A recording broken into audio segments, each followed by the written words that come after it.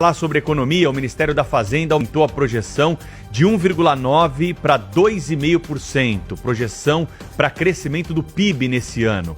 Para o índice de preços, a projeção passou de 5,58% para 4,85%. Por que essas mudanças a partir da análise que é feita pelo governo para aquilo que deve acontecer com a economia? Nós devemos lembrar que o PIB do primeiro trimestre foi um PIB que veio além da projeção, principalmente pelo desempenho da agropecuária brasileira.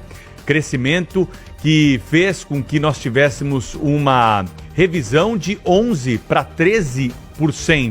A indústria teve um crescimento aí avançando de 0,5% para 0,8%. Serviços de 1,3% para 1,7%. Previsão para o IPCA em 2024, no ano que vem, passou de 3,63% para 3,30%.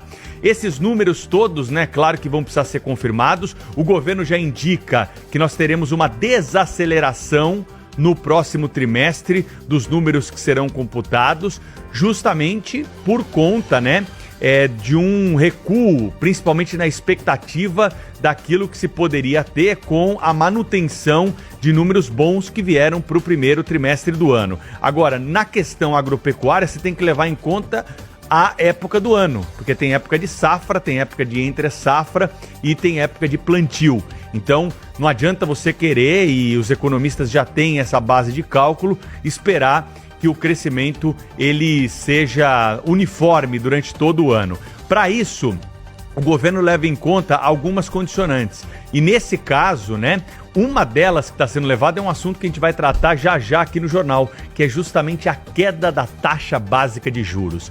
Um dos calcanhares de Aquiles, desse momento, e principalmente com opiniões divergentes ao longo do último período que passamos. Agora me parece que nós já temos uma certa convergência de que há espaço para começar a reduzir essa taxa básica de juros, mas há algum tempo nós tínhamos aí posições bem díspares. Por exemplo, o presidente do Banco Central, Roberto Campos Neto, que disse, olha, não tem condição ainda de baixar a taxa básica de juros, nós precisamos manter a taxa elevada aqui, porque estamos sendo pressionados pela inflação, e isso, claro, pode dar um problema lá na frente.